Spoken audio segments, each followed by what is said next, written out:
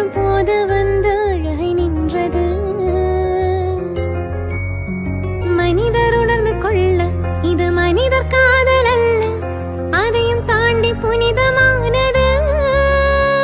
அபிராமியே தாலாட்டு சாமியே நான் தானே தெரியுமா? சிவகாமியே சிவனில் நீயும் பாதியே அதுவும் உனக்கு